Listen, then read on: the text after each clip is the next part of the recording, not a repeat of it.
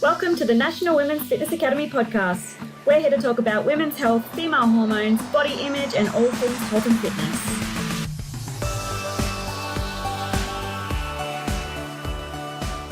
Hi everyone, and welcome back to the Women's Fitness Academy podcast. I am one of your hosts, Ellen. As you know by now, I am a female empowerment coach and I specialize in binge eating, body image, and confidence, and just changing your habits in general. So lately, I have been having a lot of guests from Bali, and this one is no exception. I met her a little while ago in the gym, as with most of my guests. And when I started following her on Instagram, I quickly realized that, wow, like this girl has such great content, and I can relate to it so much, and like get so inspired by it. Like it's very, very, like if you girls follow me, like you're gonna love her page as well because it's very similar. So we just had a chat because she's from Ireland, and if you know anything about Irish names, they're always a bit weird for all of us who are not from Ireland. So I had to get her name right, even though I've spoken to her so many times. But her name is Ciara, but everyone here says Ciara because that's what I thought it was. And she's an online coach, and she specializes in relationships to food. So I'm super excited to have you. Welcome to the podcast. Thank you for having me. It has, like I said, I actually said to you before, obviously we started recording, but it has been a minute. And for anybody who will be listening from obviously my end of things on my page, I haven't done a podcast in a good couple of months, and I took a break from probably absolutely everything. But I think it was long overdue. And yeah, it feels nice to have a familiar face, but also someone that I don't know, and just chat to them. It feels nice. Yeah, exactly. Well, maybe this will inspire you to get the ball rolling again with your own podcast.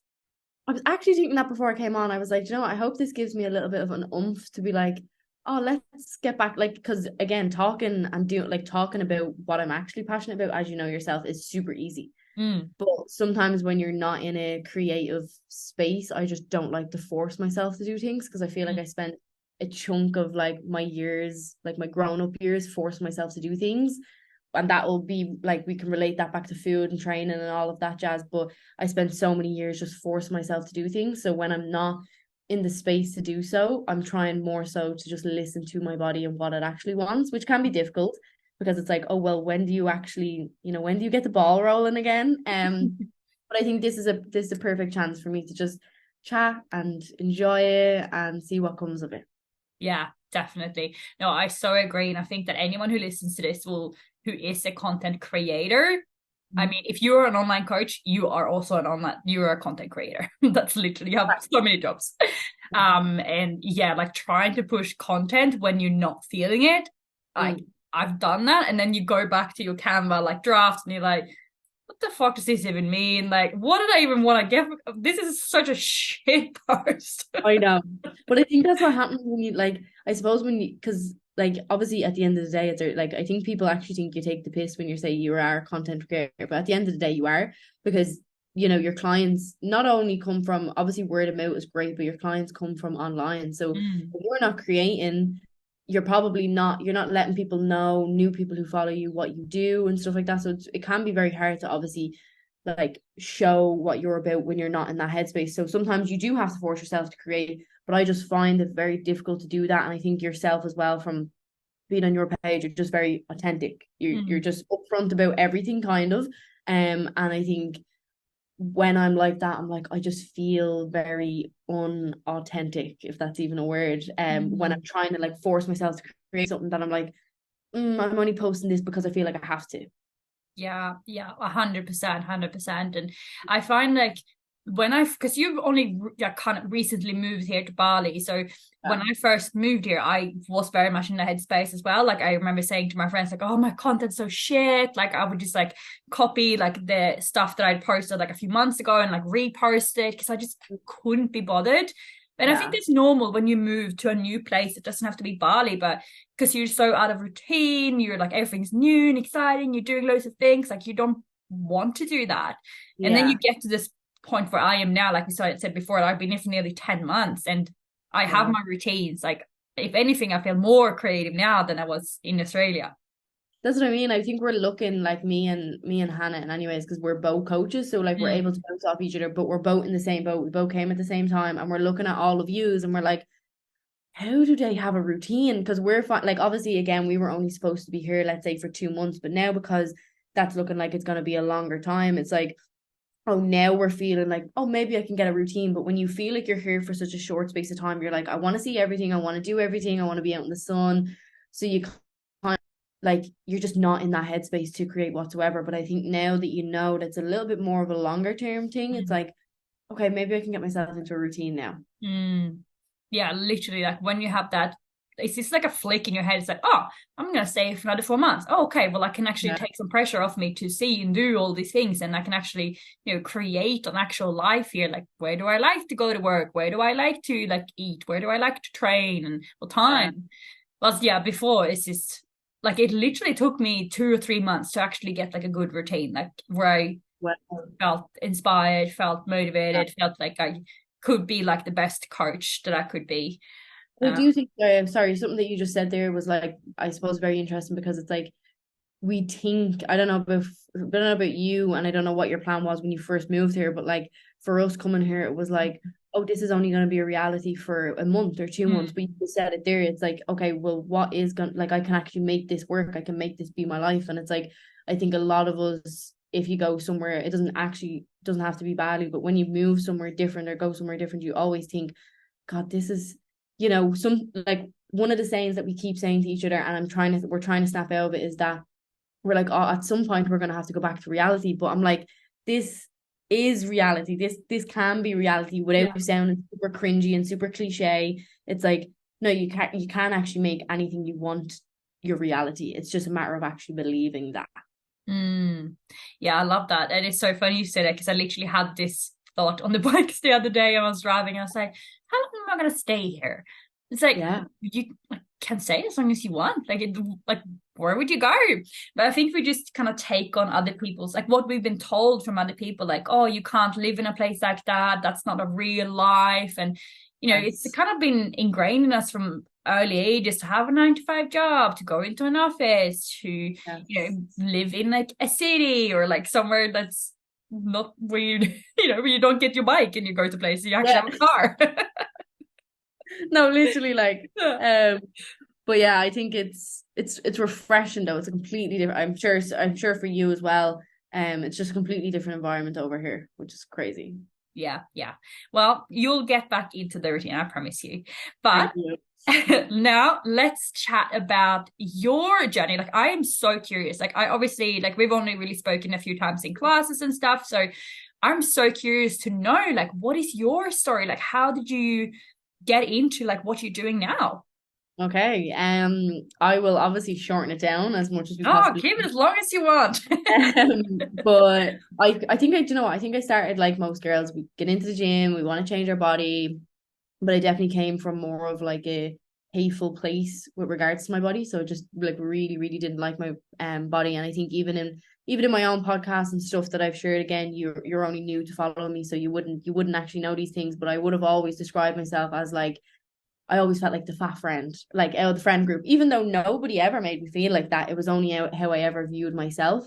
But I always felt like I wasn't the one who would be getting validation, whether it's from like the boys or it's from whatever it was from at the time. When you're younger, you think about all these things, but it's like, I was only ever looking for validation for myself, which will explain as I go on in the story. But I think it's that was one of the main reasons I got into the gym, was not because I viewed it in any sort of way as a healthy thing, or it was something that was going to change my habits or my lifestyle or make my life better. It was out of a place of, I don't like my body and I'm not getting enough validation from X, Y, and Z. And I'm going to do something about that, essentially, and I'm going to change my body. So I done that. And I think at the start, I think like most girls, it's just like cardio. It's like, let's eat less, let's just do that. And like, I wasn't really seeing changes at the start. And then I started to kind of realize, oh, maybe it actually comes from my food, and, listening to more podcasts about food and stuff like that. But then it quickly kind of escalated into the sense of, I wasn't actually eating anymore. And I was only eating like, whether it's protein and vegetables or anything that was like super low calories, or just anything that I could like control, in a sense of like it wasn't super high calories. Anything that was bad, I didn't eat anymore. Anything that was deemed good, healthy, in society, I just basically ate all of. But because I started to see results then, and I remember so vividly waking up one day and I was like, oh my God, like I'm lean, and I was buzzing, like I was genuinely so happy about it. And then it wasn't just I wanted to change my body. It was now I seen the change keep going. I wanted it to keep happening. I wanted to get leaner and leaner and leaner. But it was to the point that I couldn't actually see everything that was happening. So everybody else could see it. And I was like, oh, Ciara, like maybe you're getting a little bit too thin, da da da da. And, but those comments almost fueled that validation that I was looking for from the very start. It was like, God, I love this. Like, I love the fact that people are noticing me now. I love the fact that people are telling me that I have abs or that I look ripped, or all of these different comments that essentially only made it worse. And I think that's why even now, there's nothing wrong with comments, but I'm very mindful about the comments that I give to people. It's never really about their body anymore. Because you never know what anybody is going through. But for me back then, again, that fueled me. So by the time I had realized what was actually going on, I was like essentially on the verge of anorexia. I had an eating disorder, and I was like making myself sick. Like, if I ate anything that wasn't like controlled, and controlled for me was not just tracking. So tracking is a great way. Again, it is a fat loss tool, and it's now even, I know when people hear like working on your relationship with food, or if they hear any of these stories about diets and stuff like that, tracking is not the issue. None of those things are really the issue. It's like they're just tools to help you. Let's say it was just a tool for me to get to fat loss, but because it was amplified by emotions that were underneath how I felt about myself, it amplified things. So it allowed me to control my food, but then I wouldn't allow myself to have anything that was like, super high in calories, or, bad foods or anything like that. So I cut any of those out. But every time if I experienced any of those foods, like chocolate or pizza or takeaways, if I ever allowed myself to have anything like that, it was like binge central. So it went from like a year or a year and a half of like severely controlled, severely restricted, anorexia, like making myself sick. If I ate, even if it wasn't bad food, if I ate over the calories that I thought, like, in your fitness watches, like you burn 2,000 calories today, or you burn 1,500, whatever it was like I had to make sure that my food was under that. So if I only burned 1,800 calories, I was not eating near 1,800 calories then that day. So everything, like it got to the point where it actually didn't matter anymore about the good and the bad food. It was like I actually physically can't allow myself to eat that. So the gym and the food and everything else it wasn't something that I even wanted to do. It was an obsession. It was like, and I think people think when they hear obsession, it's like, oh, that's a great thing. Like this was it genuinely, it wasn't a want, it was a have to go. I have to do this, or I'm going to mentally essentially torture myself if I don't go. So it was like training 7 days a week. It was cardio all the time. It was not eating, not fueling. I lost my cycle. All of these things that at the time, because I was uneducated and, the validation was giving me enough to not really look at the bad side of it. It was like even losing my cycle, I was like, meh, who needs a cycle, and as a woman, that's a crazy, I suppose. I know we complain about the cramps and stuff like that, but that's a crazy view to have. Essentially it brings life to the world, but it's like I didn't care about anything. I only was craving that validation that I couldn't give to myself, or didn't know how to give to myself. So then when it kind of started to come out of restriction, because restriction, I always say, and anyways, can only last so long. Like you can only maintain something for a certain amount of time. And anyways, and mine was only about a year and a half, maybe 2 years if I was lucky.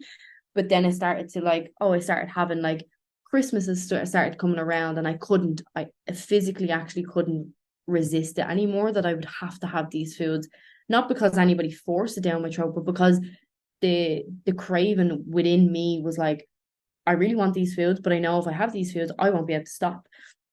So it started as like that type of thing where it was like, I'll have these, but I know I can't stop them once I start having them. And the binges were kind of very, like, they weren't that frequent.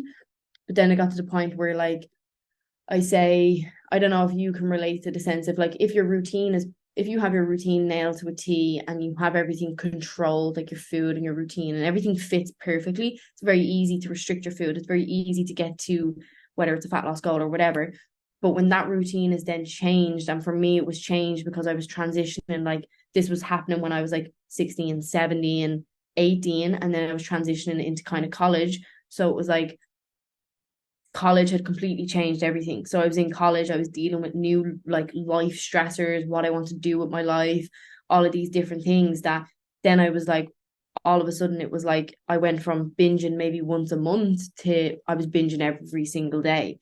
So I had then created, like, what I look at in my eyes is like I had created this identity of being a lean girl, of, you know, who everybody praised, who everybody know as the fit girl, as the lean girl who was ripped all of the time, to then having to, within like maybe 2 months of just binging kind of every single day, to this bigger body that I wasn't used to obviously having. And it was like, to me it was like world shaking. Everything was gone, because it was like, oh God, but my identity was this, and I had made my identity that lean person.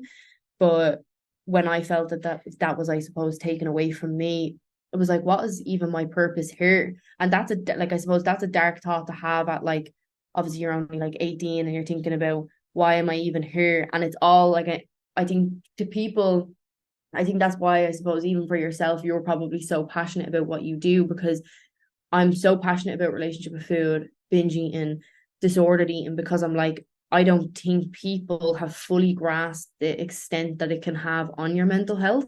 Like, when everything's about food and calories and you can't live your life, and then all of a sudden I'm having thoughts that I don't want to be here anymore because I just wasn't a lean person anymore. Like, that to me is like, when I look back on that, I'm like, that is baffling, because I let it get to the extent where my relationship with food was so damaged that I actually thought I didn't have any other purpose on this earth other than to just be a body who was lean. You know, that to me is quite sad. And I know a lot of people will, in some sense, probably relate to that, because I think we're so fixated on our external appearance that we think that that's all we have to offer to the world. And that was all at the time that I had to offer. So yeah, like I said, it went quickly from, like, I suppose, eating disorder to then binge eating disorder. And, you know, I thought the best way to possibly cover that up, or to get out of the binge eating, was someone just put me on a meal plan. Somebody just fix it for me. Somebody just give me something that I can, like, you know, I know is controlled, and I know that I can stick to it. And if I stick to that, I'll lose the weight and I'll be back to that identity that I want to be back to. But in reality, it was never got to do, like, it was nothing got to do. Like, now I can say, obviously coming out the other side, that, you know, binge eating, and although it's easy for me to say now, but like binge eating and disordered eating and stuff like that, it's all some deep rooted emotion within us. It is essentially created, like, if you view your, how would you say, your body image and stuff like that. So when I got into, I suppose, my binge eating, it was fueled by the fact that I ended up looking so, not in my eyes, I thought I looked so bad, and I had put on a load of weight and all of these different things. But in reality, it was all about emotions that I was feeling. I was after losing my identity. I felt like I had no purpose. I was unworthy. I was all of these different emotions that I didn't know at the time, and I couldn't pinpoint. So what better way to deal with it than to eat food? Because that was all I knew. For other people, it's drink, it's drugs, whatever. But for me, it was obviously food. So I thought the best way to get out of the binge eating then was to just control it again, was to just, somebody just needed to give me that meal plan. And I did go through that, and I went onto a meal plan, and, you know, I controlled it for a couple of months, and then you'd have again another occasion, or you go out, or you go on holidays, or whatever it was. And how I would describe it is, you just get a taste of food again, or you get a taste of the things that you actually liked. And it was genuinely like somebody took over my body. And it was like somebody else was doing the action of binging, and I wasn't actually present. It was like I had no say in it. So then I think it just got to the point where even after those dark thoughts, I still went and thought that the best thing was a meal plan and stuff like that. And it wasn't until I actually started coaching that I was like, okay, all of us feel all of us feel like an imposter at some point. And I think most coaches struggle with their relationship with food. That's totally normal. I think that's just almost comes with the job. But it got to the point where I was like, I'm looking after these girls and I can see their mistakes with their relationship with food, or I can see their binging, but I can see it only because I've gone through it. So I think a lot of people who haven't gone through it can't see it, but because I was going through it myself, I could see it in other people. But I was like, who are you to tell these girls when you haven't worked on your stuff? You haven't worked on your relationship with food or your binge eating. So for me to feel morally okay to do that and to bring another girl through that, I had to completely work on myself and work on my relationship with food and my binge eating. So I essentially I was in therapy kind of throughout this, that I kind of forgot to mention in the story there, but I did go to therapy to kind of figure out the root issues of why I ended up having an eating disorder and go down that route of things. But then it got to the point where I actually just needed a coach who is like me now, to help me with my relationship with food, to just kind of make me feel, I suppose when I hired a coach for my relationship with food, she just made me feel safe. And that's all you like in order to start that, I think that journey through, disordered eating, binge eating and stuff like that. I think you need to feel safe enough to tell this person what's going on, or to bring them through your journey, or, even how we're talking now, like we feel safe enough to open up. But at the time I didn't, and I couldn't speak about it, but she just brought me through. It was just like simple things that you think don't make a difference, but it's like, okay, well, let's challenge yourself today. Let's have the things, like my list was endless of things that I couldn't have because I knew I couldn't control myself around. And it was like, okay, well, let's just have one of these things kind of every day. Let's go to the shop, and simple things like this. And then all of a sudden the months rolled into, I think it was like maybe 8 months, 9 months that I had worked with her. And all of a sudden I'm looking at myself 8 months down the line and I'm like, God, like how did those little challenges and those minute things add up to such a beautiful relationship with food? And I suppose now here I am 2-3 years later down the line, and I'm like, I'm able to help exactly me a couple of years ago. And I'm like, everything that I went through was so worth it, like beyond worth it, because I'm like, now I can channel that. And again, I'm sure it's the same for you, but I can channel that into a career or into my niche. And I suppose that's exactly how I got here. That's exactly how I work with people with a relationship with food. I kind of like brushed over a lot of things there. So like if there's anything that stands out and you're like, can we go back to that? Please let me know.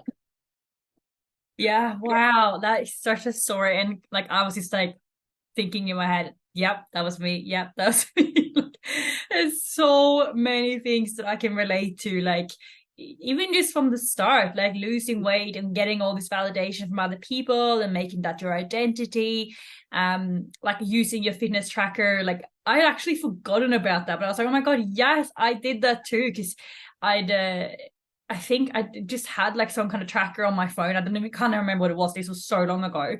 But I remember thinking like, okay, well, if this says that I've burned like 1,853 calories, then I need to eat at like maximum 1,850, because it has to be at least like a little bit under.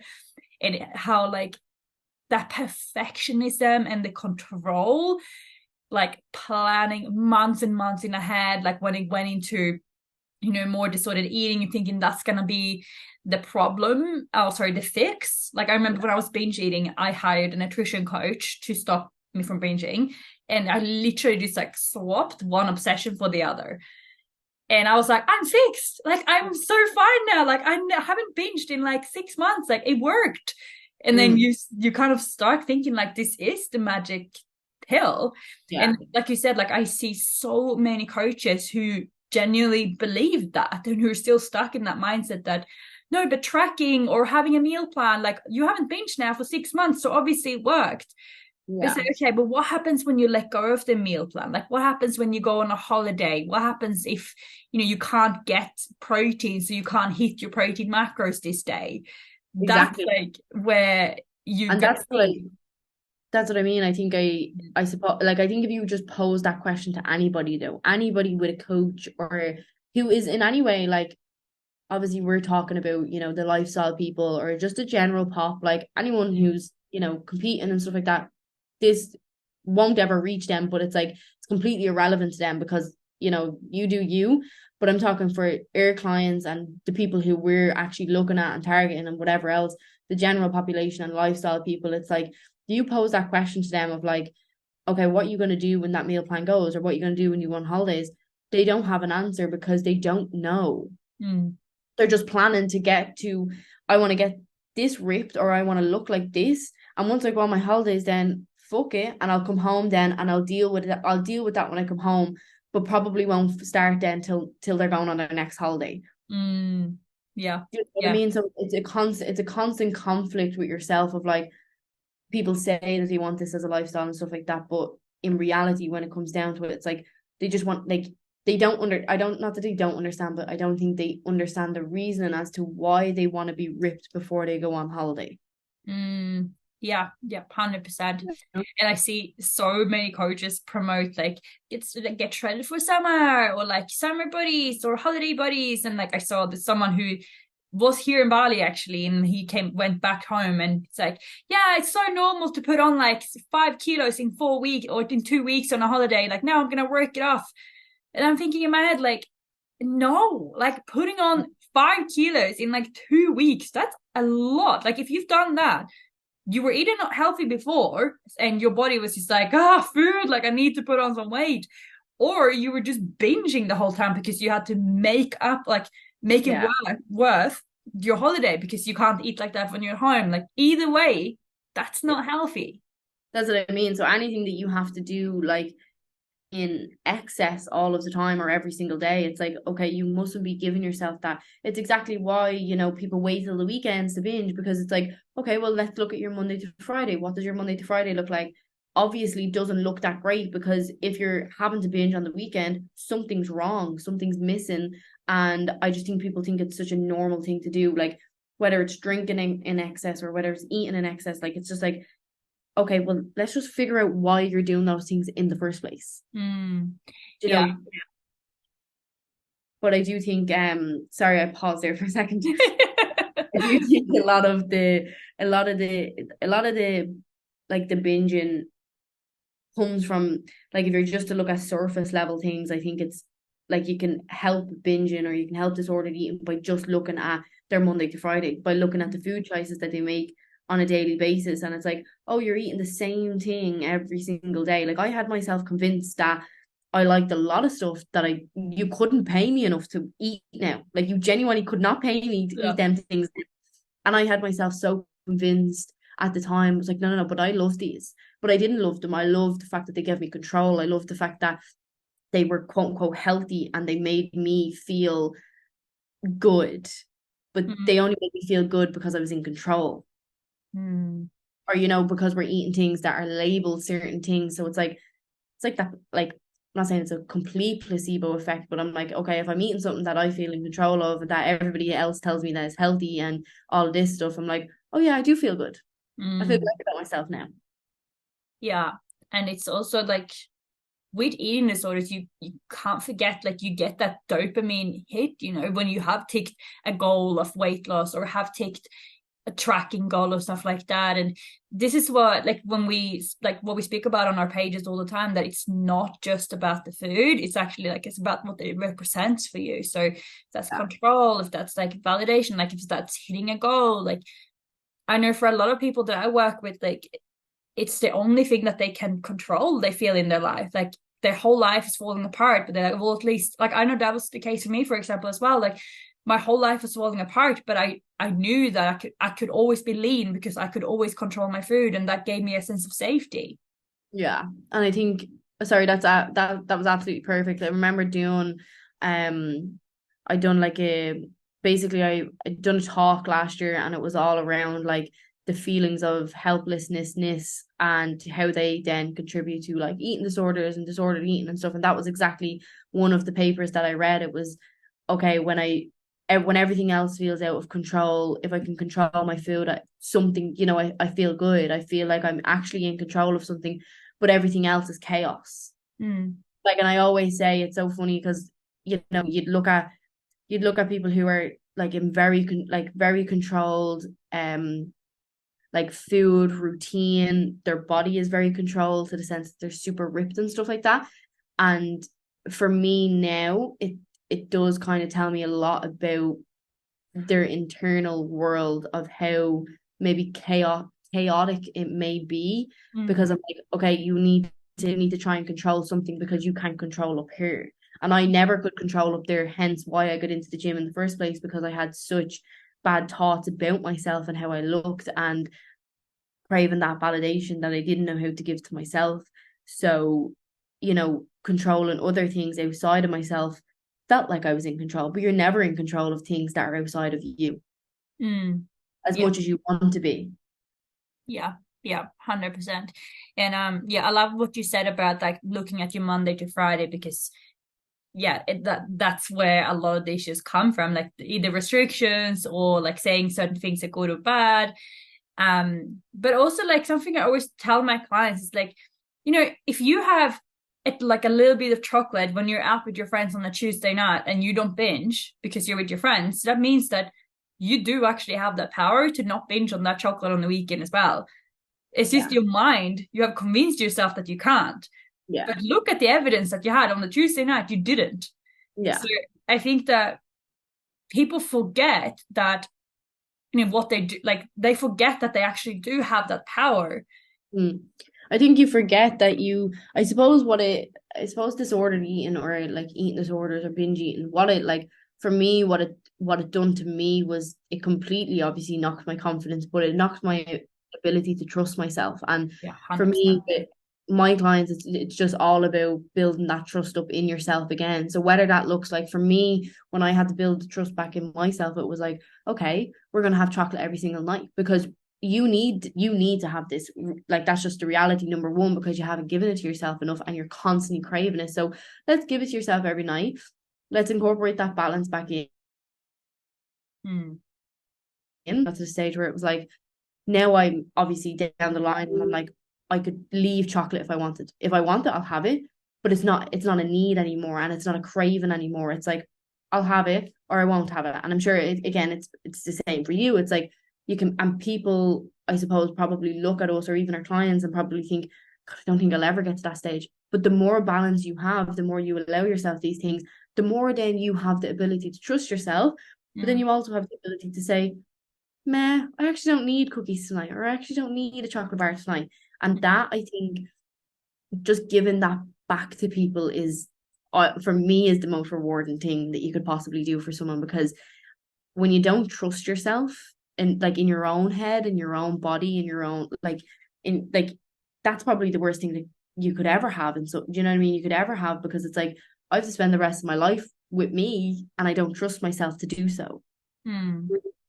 Yeah, 100%. And like it is about building that confidence with food. And it sounds silly, like, oh well, why should I, like, of course I trust, like, this is food, but it goes into every area of your life. And you might think that the food is the problem, but start looking at your other relationships. Like, how do you trust yourself? Like, in the gym, do you trust yourself at work? Do you trust yourself with guys or girls or in friendships? Like, it does bleed in. Like, now looking back, like, I could see that I definitely did not trust myself with, like, I didn't know who I was. I thought I had to like be a chameleon to make friends and to kind of be a like people please, basically, to just make other people like me, because I didn't know who I was. And if you're listening to this and you're like, that is me, and like I do struggle with my food, like, just know that the food is just like one little piece of the problem. Like, it's not actually the actual problem that's going on underneath. Yeah, and 100%. Sorry, I suppose that just hit home so much, because we do, like, even my friends now who are still, like, there's one friend that in particular that I'm helping at the moment with her relationship with food. But it's like, this is not just, how would you say it wasn't like, it's not that it's not it isn't just about the food, but it's like, it's spilling into every area of your life because you can't be present when you're with me. You like, and this was me. That's the only reason. So like, when I suppose when we're making these statements or such, I think only take them ever as like observations of people, because it's like the only reason we can see these things in people is because we've gone through it. You know, in order for you to see something in somebody else, you have it either within you or you've gone through it yourself. So for me, when I'm making this, I suppose, observation of somebody else that I'm trying to help, is just because I've gone through it. So she's not present around me. Like she couldn't have been present. She was always thinking about food, and it was always one thing that I always remember, even from my own journey. It was like my friends would even go out for drinks or something like that, and I could never, because it was always food, and then I had to have a dessert. It was always that. And I couldn't sacrifice in my head. I couldn't sacrifice the calories for drinking, because it was like, I really want the dessert. I really want the dessert, and I need to go have the dessert. So if my friends were all going out, even on holidays and stuff, I remember they'd be going for drinks, and I'd be like, girls, I'm just going to dip for a dessert. I might meet you back for, but at the point of that, then I'd be so full that I never wanted to drink. Yeah.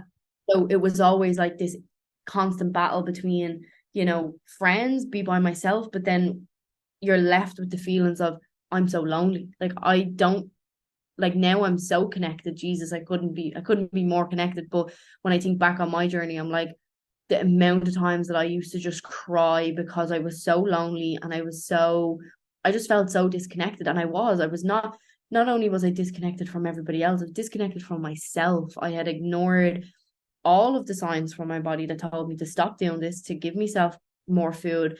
And I think we do that on a day-to-day basis without you guys. And I think we actually started this conversation off talking about ignoring our body, whether it's with creativity or whether it's with food or whatever. But it's like, we constantly just ignore the signs that our body gives us, and all of a sudden then we wonder one day why we break down, or why we have a mental breakdown. And it's like, oh, maybe if I had listened back then. And I suppose how I got onto this is because when you're disordered eating, or when you're binge eating, your signals are all out of whack. And that takes some time to come back. It takes some time to train your body to trust yourself again, to trust your signals that your body's giving you. Am I hungry, or do I just want to binge? And it takes time. So just, I suppose, bear with yourself and understand that it'll be not exactly like my journey, but you'll, a couple of months down the line, you'll be like, fuck me, I'm completely different from when I first started. I'm not having binges every single night, or I'm not binging once a week. I'm feeling in control. And I say that with exclamation marks around it, because I don't like using in control, but you do feel more in control of yourself, of your body, when you start to trust yourself more. And yeah, I think if you're struggling, I suppose, reach out. But it is a beautiful place that if you're only starting your journey, you will get there. Yeah, I don't know. I actually can't put words to it. Like, even when I get messages off like previous clients, or even clients now, I'm like, you couldn't pay me probably enough to ever leave this job, because I'm like, it's so amazing. Yeah.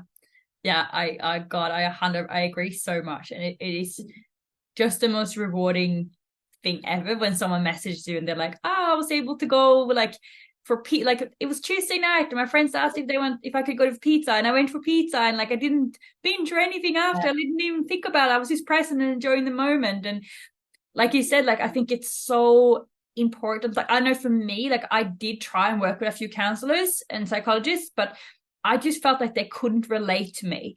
And it wasn't until I started like listening to podcasts and reading books, and I've written a podcast with people who had gone through exactly what I had gone through.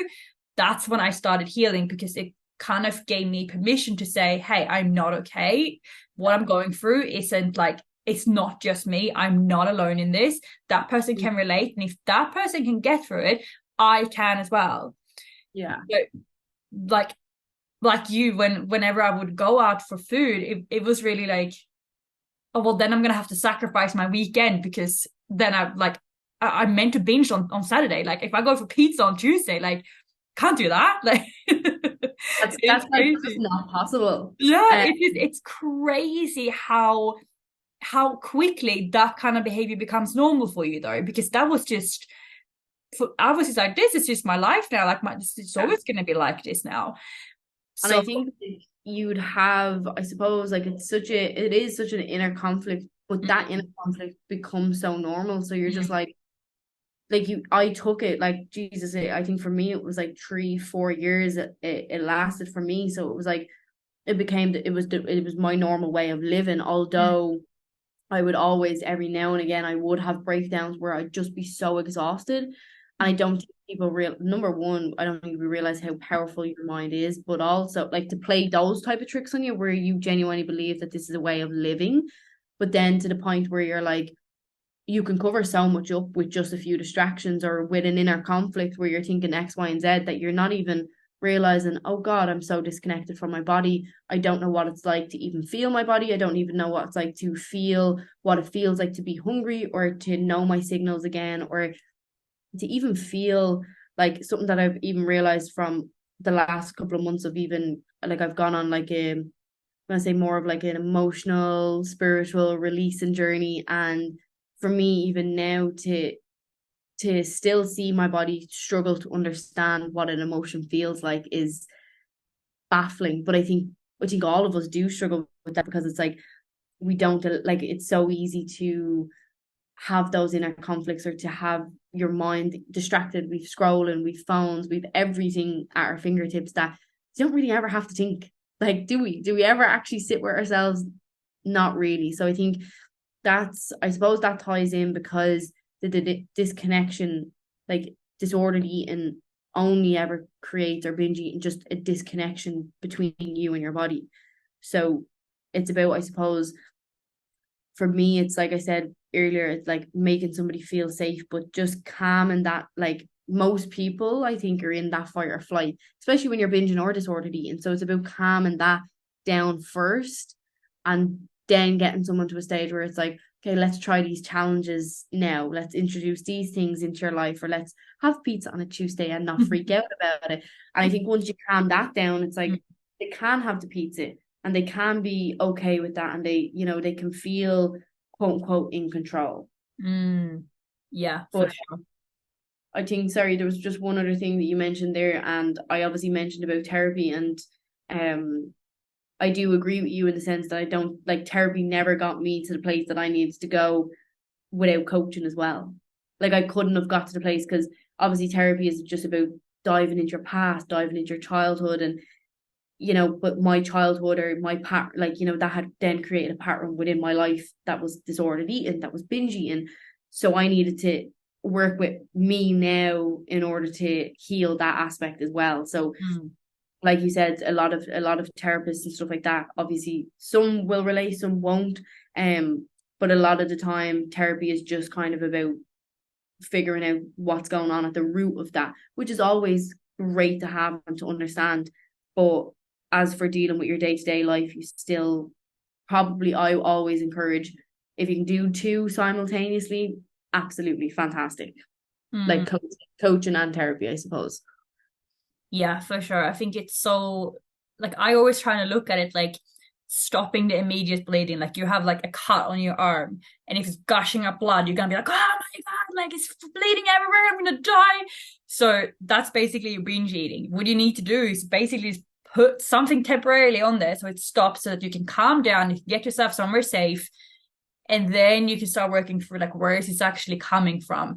So I think a lot of people do this in the wrong order. They like with therapy, like you said, like but what happened in your childhood, this and that. But people who go and want help for binge eating, they just want to stop binge eating because they literally cannot concentrate on anything else because their whole mind is just food.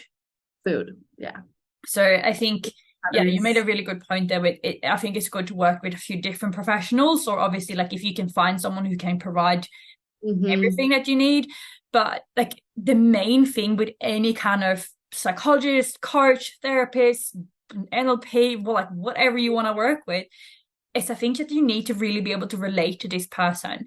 And this is what I love with social media, because you can literally like get to know someone by just looking at their feed and looking at their stories and seeing like how are they interacting with their audience, like what kind of content do they put out.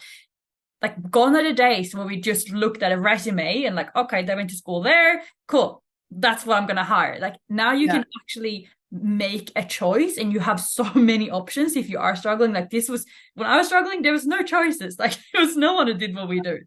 Literally. No, Yeah, like so when I I think think back on, sorry, when I think back on the journey, I'm like, I don't remember there being this many people to choose from. no, Like, I would have had a ball back then being like, who am I gonna choose to help? literally, like I had no one. Like there was just like I randomly found this podcast one day, and that really helped me. But like there was no one who would coach like these kind of things. Yeah. And yeah, like I really couldn't relate to any like therapist or psychologist, because they just, I guess, like when you are struggling, you also have this kind of defensive shield up a little bit, because you're like, well, I don't want to tell them that I just ate like 4 kilos of ice cream. Like they're gonna think I'm a weirdo. Like that's how I felt, I remember. Or like that I just drove to the shop, spent $100 on food, and then ate it in my car, and then threw the rubbish in someone else's bin. Like I'm not telling you on that. That's embarrassing. Like hiding, like that's what I mean, the things that you do that I suppose even us, I talking about it, and that's why I talk about it, and that's why I'm so open about it, because I'm like, these things are happening. Like people are doing these things. I know that I'm not the only one who hid wrappers or, ate things in the bathroom so no one would see me. Like all of these things that you think at the time, Jesus Christ, I'm a weirdo, or da da da da, all of these type of things, and it's just like, it's not really, because so many people I know are doing the same and are struggling the same way. So yeah, I think that was a beautiful point there. Yeah.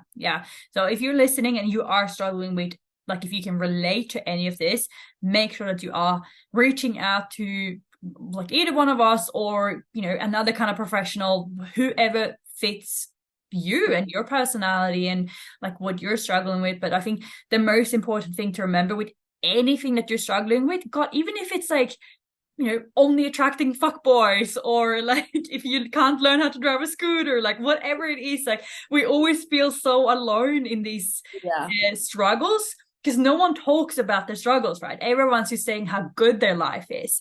But I guess what I want to get to is like, if you're struggling with anything, I can guarantee you that there is someone out there that's also struggling with the same thing.